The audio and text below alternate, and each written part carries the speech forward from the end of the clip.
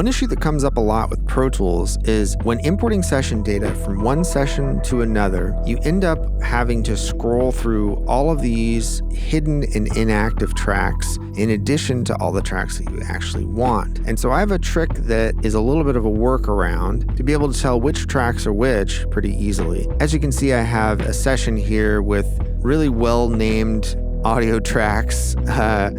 It's like the typical mix session I would get from somebody. So there's a bunch of tracks here that have been committed, and you can see up here that they're also hidden. But when we go to the session that we're going to import to, when you start scrolling through, it has all of these tracks in addition to all of the committed tracks. So you can see, like, for instance, audio 2 committed, and then there's audio 2 that we don't need anymore. We want this one, we don't need the other one. And if you have to do that for tons and tons of tracks, it becomes really cumbersome. So my trick for this, we're gonna go back to the other session.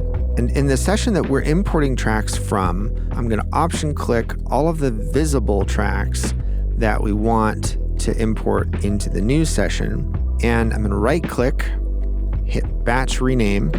Under add, I'm going to use the prefix import, and you can see that I've done this already before, so it's already populated there. So now when I hit OK, it adds the import prefix to all of these tracks. I'm going to save and then open recent. And now with this session open, I'm going to import session data.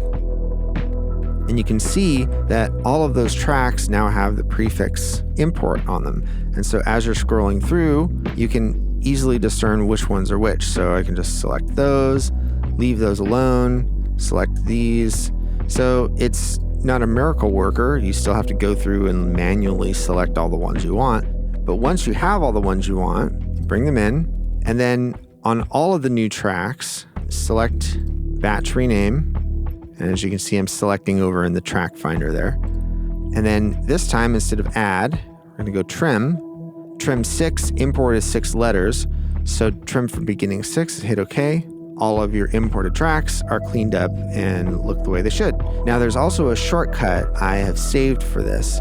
Batch rename, and then up here in the presets, the way that I've saved these is if you hold down Command and then hit the preset number that you want, you see it flashes blue. And now I can choose between whichever preset I want, whether to trim from beginning or add. So in this case, we've already added it, so we'll trim, and voila. You have nice, clean imported tracks, so you can get back to mixing. I hope this helps. If it does, let me know in the comments.